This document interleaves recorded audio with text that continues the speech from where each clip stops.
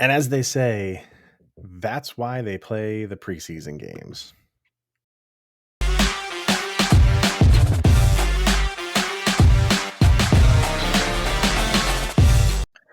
Welcome, everybody, to the Locked On Avalanche podcast, part of the Locked On Podcast Network. Your team every day. I am your host, Chris Maselli, and thank you for making this the first listen of your day. Today, we will be discussing the Avalanche pretty ugly 7-4 loss to the Vegas Golden Knights. Yeah, it's preseason, but this is where you want to shine. This is where you're fighting for a position. And there was a little bit of good and a lot of bad for the Avs. And again, sure, it's preseason, but this is your third preseason game. Things are supposed to start resembling a little bit like a team. And, maybe that's a stretch because so many guys are still out for the Avalanche. But the point remains that a lot of the guys that are playing in this game have been playing the majority of the preseason. So you would expect things like, errant passes and silly turnovers if you're getting, guys like Cale Makar out there for his first preseason game, not the guys that have been in every single game. So we'll discuss it. Like I said, talk about the good and a lot of the bad. But first things first, follow the show on social media outlets, LOPN_Avalanche on Twitter, Locked On Avalanche on Instagram. Send questions, comments, concerns, opinions to lockedonavalanche@gmail.com. And follow the show on its YouTube page. Just search Locked On Avalanche within YouTube. Subscribe and get notified whenever a new episode is posted.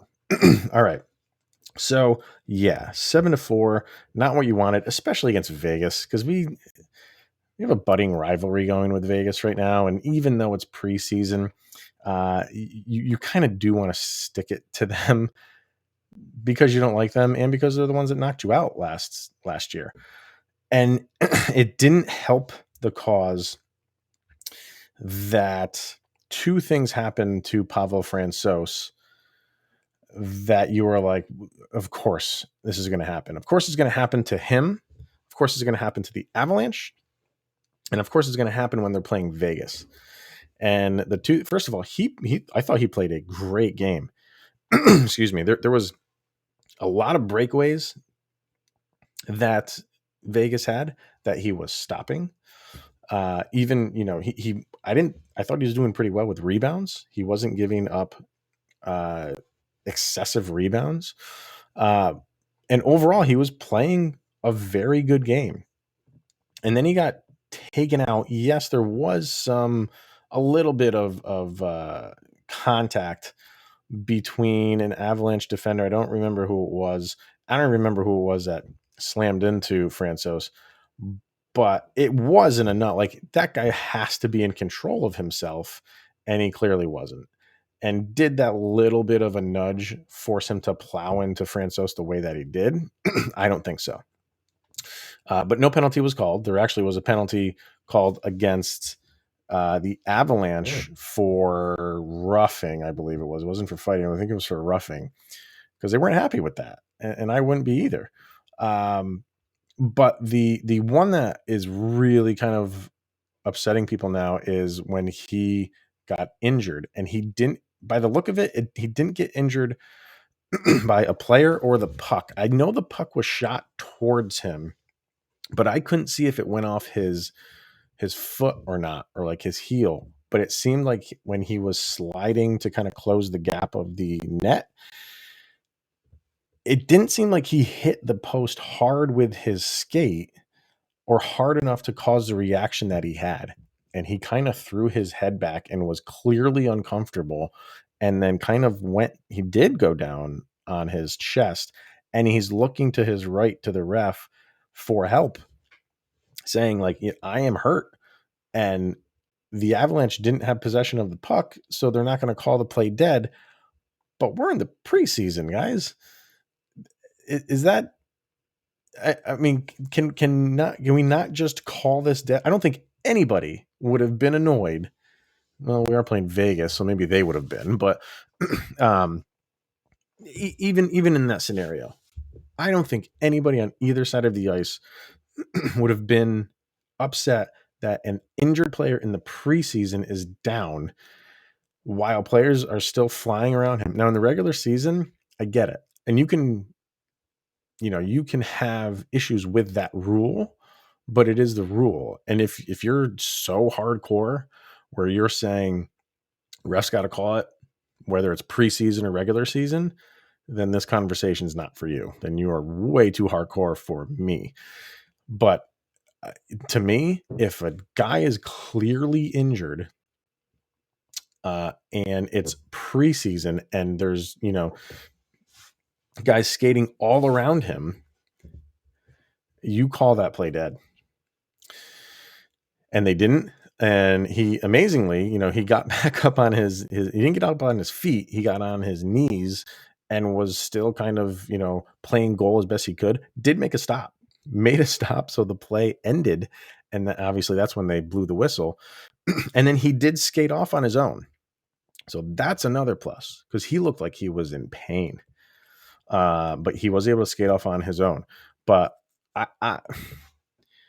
you can't convince me. And I did get into a conversation. It wasn't an argument or anything with somebody on Twitter about it. And he was saying, well, that's the rule. And I completely get that. And he's not wrong. That is the rule. But where does just moral objectivity come into play here? And just say, okay, a guy's injured. This game means literally nothing. Let's just stop play here. Let's stop play, get him off the ice, and then just drop the puck again. I don't think anybody would have any problem with that whatsoever. And then Johansson came in and he laid an egg, which is kind of seems to be his MO when he's out there for the Avalanche. His first couple games in an Avalanche sweater was, I think he let up, what was it, the first 2 or 3 games he let in 2 goals in each of those games. I could be wrong on the specifics, but he was not good early on in games.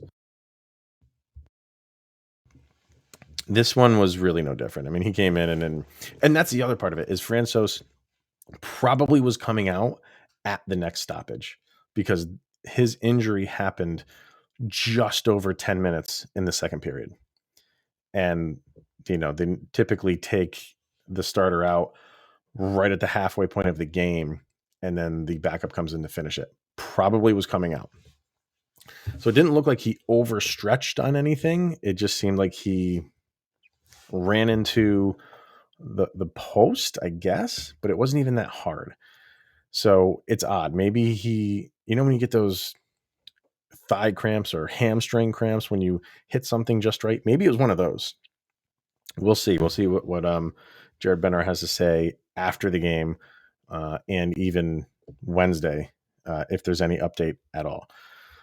But overall, just a really ugly game for the Avalanche. And how we're souring on Jack Johnson so quickly now.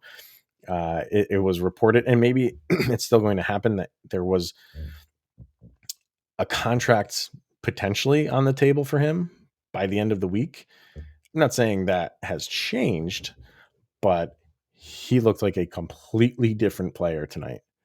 I don't know if you want to say lost, but you could tell the difference, when you're playing against a Vegas team who had even more starters on the team than the first time that they played him. Horrible passes by him. And there's one that is sticking out in my head where he had Nathan McKinnon pretty much wide open. It was a basic pass in the Avalanche defensive zone. They were transitioning to offense.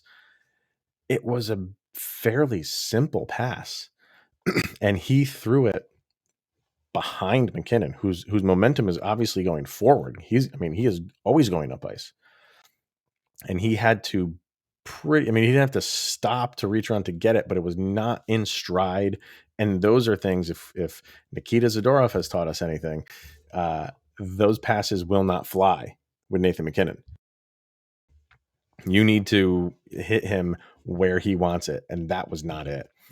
But a lot of bonehead plays by a lot of players. Johnson stood out to me. He did not. I mean, he had a complete 180 from his previous game where he looked good, and where we're getting word that the Avalanche might be signing him. But he was not good. So we'll get into kind of specifics and specific players. Specifically, one, I mean, you got Mikko who scored twice. You got Burky who scored twice. I'll get into the stats, but there's one player where the stats don't show up, and this is what's going to make it difficult for Jared Bender and the coaching staff to pick who the players are going to slot into these maximum 2 slots that are available. So we'll get into that here in a second. But first, we are going to hear from Shopify. That is right. And Shopify gives entrepreneurs the resources once reserved for big businesses. So upstarts, startups, and established businesses alike can sell everywhere, synchronize online and in-person sales, and effortlessly stay informed. Scaling your business is a journey of endless possibilities. And where are we here? Okay. Reach out to customers online and across social media networks with the ever-growing suite of channel integration and apps, including Facebook, Instagram, TikTok, Pinterest, and more. Gain insight as you grow with detailed reporting and conversion rates, profit margins, and beyond. More than a store, Shopify grows with you. So you can go to shopify.com/lockedonnhl for a free 14-day trial and get full access to Shopify's entire suite of features. Grow your business with Shopify today. Go to shopify.com/lockedonnhl right now. Once again, the website is shopify.com/lockedonnhl. Also brought to you by Fantrax and fantasy hockey. It is fast approaching, and I want to give you the inside track on the absolute best fantasy hockey platform in the industry, and that is Fantrax. Fantrax is a free NHL fantasy hockey league manager in the most customizable and easy to use and feature-rich platform in the industry. So you can sign up for free, and as a special offer for the Locked On Avalanche fans, you'll be entered to win an official NHL signed Nathan McKinnon jersey. That is right.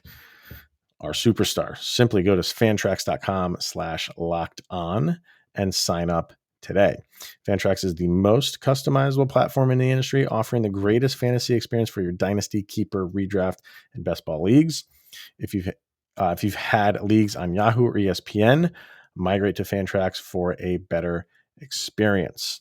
So again, sign up for free today and be entered to win an official NHL signed Nathan McKinnon jersey by simply going to fantrax.com/lockedon, and you sign up and you are entered. Once again, fantrax.com/lockedon. Fantrax, the home of fantasy sports. Okay. So that first period for the Avalanche is forgettable, and nothing was really going right. I think, let me get to their shots on goal. Miraculously, they had 10 shots on goal. I don't know how they pulled that off. Vegas, it seemed like they were in midseason form. They were everywhere. This is what they did to them against, this is what Vegas did against the Avalanche in the postseason, in playoffs last year. And it's like they want to let them know, like, yeah, this is how we're always going to play you. Vegas just gave Avalanche nothing, no time, no space. It's like their gap control was perfect. Every time the Avalanche received a pass, there was at least one Vegas player on them. They were just absolutely everywhere. Avalanche had to work for all 10 of those shots, and I can't believe they actually had 10. But they worked for every single one, where it seemed like Vegas was just doing what they wanted to do. The defensive players that were out for the Avalanche, it showed. It showed that Cale Makar was not there. It showed that Sam Girard was not there, and Eric Johnson and Devon Toews. Like, yeah, it's going to be a different story when those guys are involved. But for last night, you wanted to see some guys step up because there's still, maybe one of those spots on the defensive end, maybe the third pairing is still available. You're thinking Ryan Murray, who I thought played okay. I thought Murray actually played a decent game. Curtis McDermott did not. He made some PK Subban, like not heady plays. Subban is known as that freewheeling defenseman, and he puts himself in poor positioning where he shouldn't be. McDermott did that horribly on a couple plays, and it cost him. So he had a bad game. And I don't want to say because these guys are fighting for a spot, they didn't play well. Fine.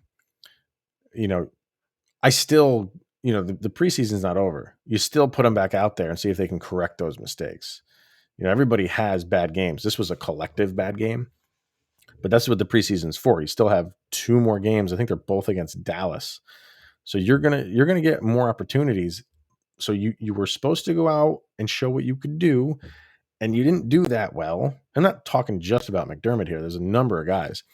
And you didn't do that well, but you hopefully the Avalanche will give you another opportunity to go back out there and right those wrongs. And that's going to happen in the regular season too. There's going to be games where somebody doesn't play well. It's different. You have a roster spot in the regular season, where in the preseason you can't have these slip ups because it might mean you're not playing for this team. So defense did not look good. Shane Bowers made a really, really rookie mistake late in the game. The Vegas Knights were on a power play, and you just clear the puck. Just clear it. I think he got a little bit too excited. There was I don't know who it was, but it was an Avalanche. It was a teammate. They kind of broke up a pass together. And I think he thought, if I can, control this puck and get it to him, we might have a shorthanded breakaway.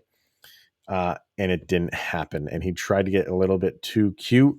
And then what happens? Vegas recovered, stole the puck back, and had a really good shot on net. If that thing had gone in, Shane Bowers is one of those guys that's not coming back for the rest of the preseason. That was a bad play on his end.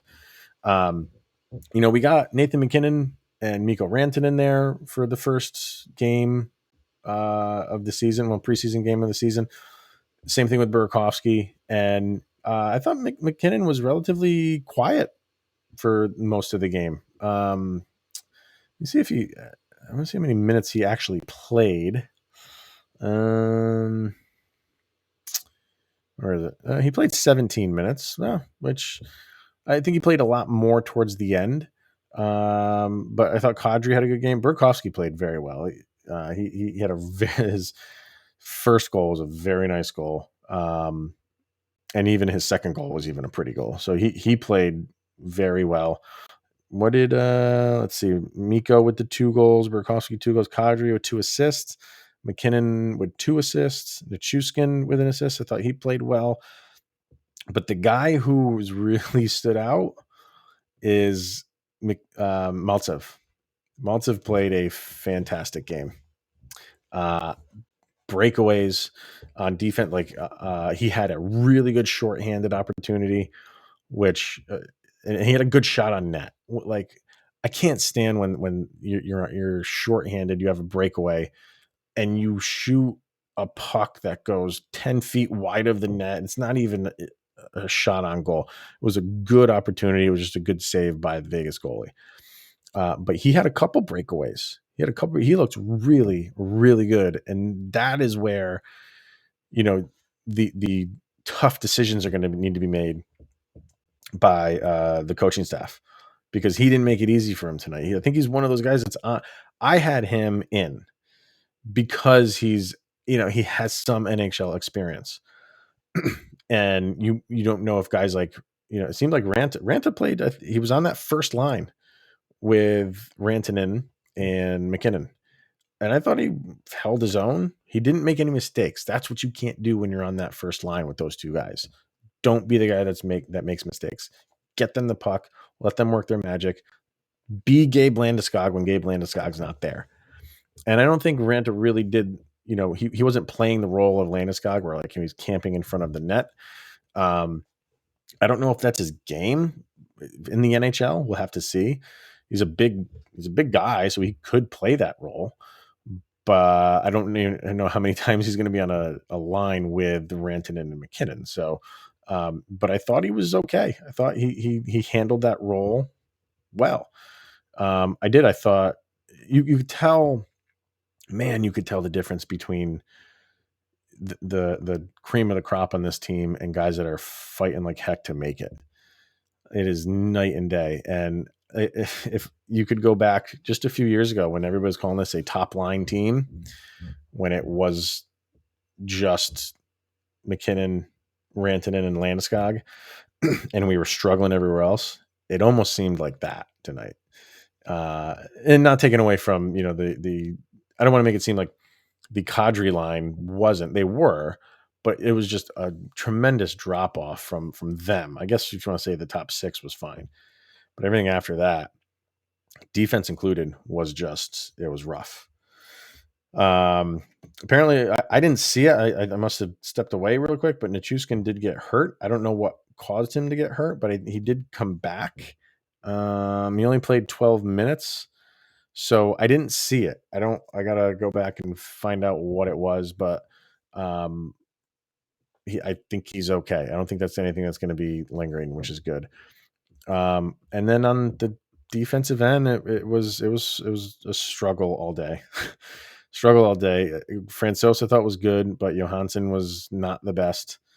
And defense had a rough day. But Justin Barron is going to be good. Justin Barron is going to be a very good Avalanche player. So I thought he did very well tonight. They put him on the ice for almost 23 and a half minutes. So they really wanted to get a good look at him. That tells me he's got an outside chance.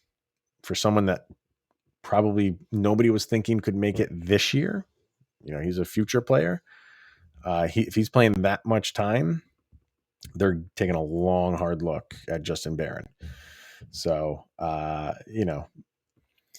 it's a preseason game. And like I said, the Avalanche made it a game. They were down 6-4. They had a power play. And at that point in time, they were 3 for 3 on the power play. Those looked gorgeous. And then Jason Magna took a penalty about halfway through their power play, which negated that. So they could have brought it to 6-5. I mean, it wasn't out of the realm of possibility. And I think there was still 4 minutes and change when they had that penalty. So anything could happen. But once Magna got that penalty and Vegas put in a empty netter with, just over a minute left, that was the end of it. So you move on. You had 38 shots on goal. Faceoffs were horrible. Vegas won 60% of the faceoffs. But you held them to 1 power play goal. So most the stuff that you're going to hear is negative, and rightfully so. But you can pull some positives out of this, but not enough to turn the tide this was Vegas's game from the start. All right, let's hear from, who do we have now? We got Built Bar. Yes, you know it, you love it. The greatest tasting protein bar on the market, and it is Built Bar. And you can choose from so many delicious flavors like coconut and raspberry, mint brownie, double chocolate, salted caramel, orange, cookies and cream. List goes on, and there's always limited edition flavors available. And if you haven't tried them, you can get a mixed box where you'll get 2 of each of 9 flavors. And not only are Built Bar flavors the best tasting, but they are healthy. They have 17 to 18 grams of protein. Calories range from 130 to 180.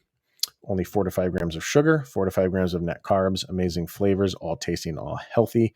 You can go to BuiltBar.com right now. Use the promo code LOCKED15, and you get 15% off of your order. Once again, that promo code is LOCKED15 for 15% off at BuiltBar.com. Also brought to you by betonline.ag. And with the football season back and better than ever, all eyes are on the gridiron as teams are back for another football season.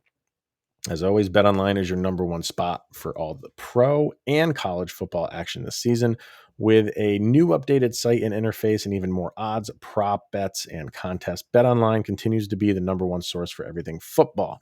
Head to the website or use your mobile device to sign up, and you will receive a 50% welcome bonus on your first deposit.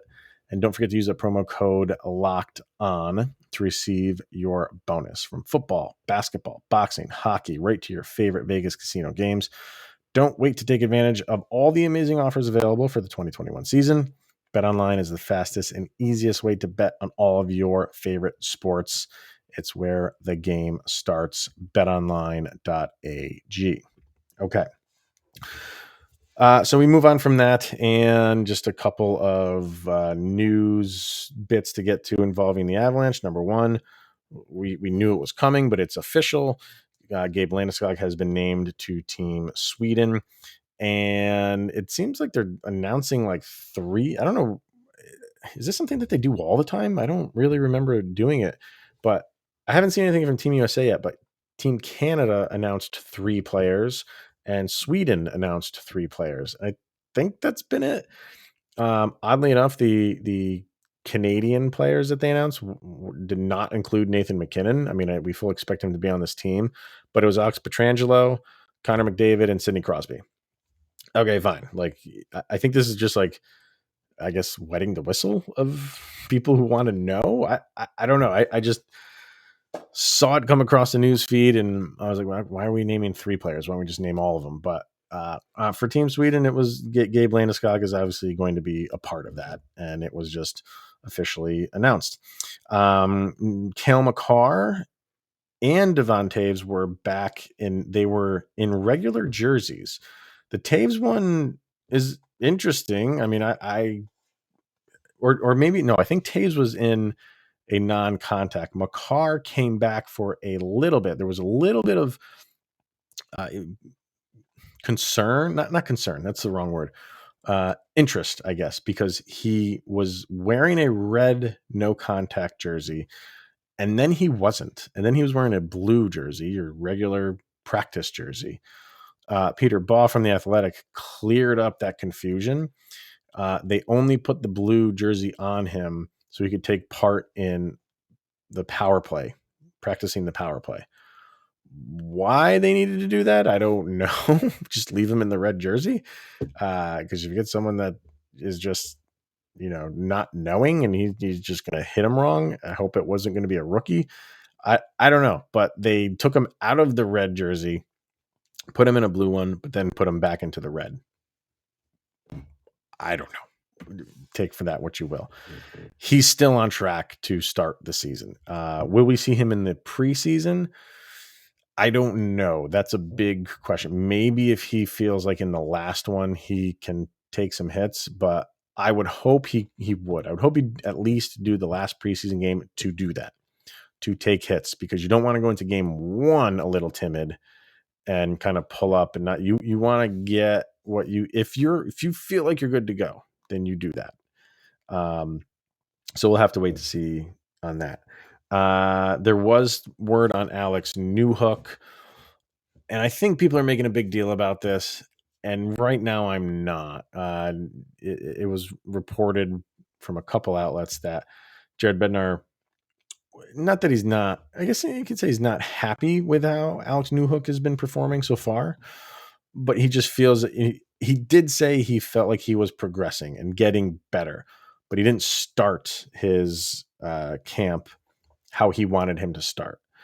And as things have gone on, he has seen improvement out of him, but he just wants to see more. And then in the game now 2 days ago against Minnesota, he said he thought he played very well. I think it's just to motivate a young kid. That's really what I think it is. I don't think Alex Newhook came in thinking like, oh, I got a spot locked up. I don't think he's built. I think he knows I think he knows he's a rookie and he's young and he has to put in the time and the effort. I think it's just a motivating factor by a smart coach. And maybe it's working because he made those comments before the Minnesota game and he had his best preseason game so far. we have to take their word for it because we couldn't watch any of that game. But yeah, I think a lot of people are saying like, "Oh, what's this mean?" I'm not taking much out of it. I think Newhook is having a fine camp. Is it where, is it at Jared Bednar level? Apparently not, because he's saying he wants to see more out of him. But I don't think he's done anything to lose a spot. I'll say that. If he was a guy fighting for a second line spot, maybe he hasn't done that. But I don't think he's not played himself out of a starting role or a forward starting role with this team. I don't think he's going to get set down to the NHL or the AHL. It's just motivation. So that's really what we got. So we'll see what kind of players have to say and what Jared Bednar has to say after that. He can't be too happy, but even though it's preseason, he wants to see stuff out of these guys because he needs to make decisions. Some guys made it easy for him, and some guys made it difficult for him tonight or last night, depending on when you're listening to this. So we'll find out. A couple more preseason games to go, and then the real stuff begins. So that's going to be it for today, everybody. Once again, thank you for making this your first listen of the day, and definitely make Locked On NHL your second listen of the day. And we are doing division previews starting Tuesday through Friday, division previews on Locked On NHL. I'll be doing. I was tagged because I do the Thursday show with Adam, and I didn't ask for it, but they gave me the Central, so we will be doing the Central on Thursday. So definitely tune into that. All right, everybody, that's going to be it for today. Thank you so much for tuning in. As always, we will be seeing you guys tomorrow. Here's Jovi.